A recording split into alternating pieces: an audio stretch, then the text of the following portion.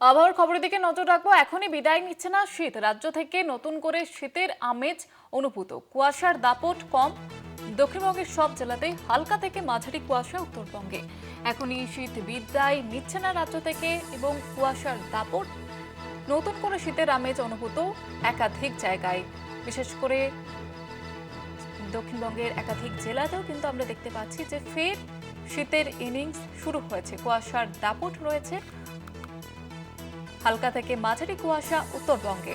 এখনই শীত বিদায় নিচ্ছে না বঙ্গ থেকে, কারণ আবারও নতুন করে শীতের আমেজ। আমাদের সঙ্গে টেলিফোন লাইনে রয়েছেন আমাদের প্রতিনিধি শাশ্বতী রায়। শাশ্বতী, আগামী কয়েকদিন কেমন থাকবে আবহাওয়া?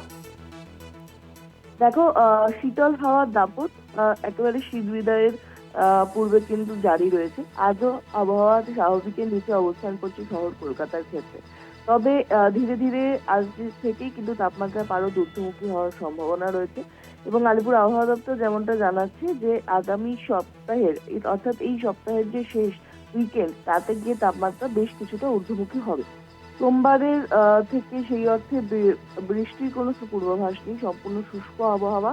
এবং এই পরিস্থিতিতে বলা যায় যে শীত বিদায়ের পূর্বে আরো একবার শীতের আমেজ নিয়ে শেষ হবে এই শীতের পর্ব। এবং বলাই যায় যে শহরের তাপমাত্রা আজকে 15.8 ডিগ্রি, যা স্বাভাবিকের থেকে 1.1 ডিগ্রি কম।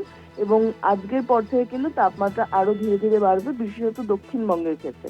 উত্তরবঙ্গে তাপমাত্রার পরত একই রকম জায়গায় অবস্থানরত এবং কুয়াশার দাপট জারি রয়েছে বেশ কিছু জেলার ক্ষেত্রে। ধন্যবাদ জানাবো শাশ্বতী।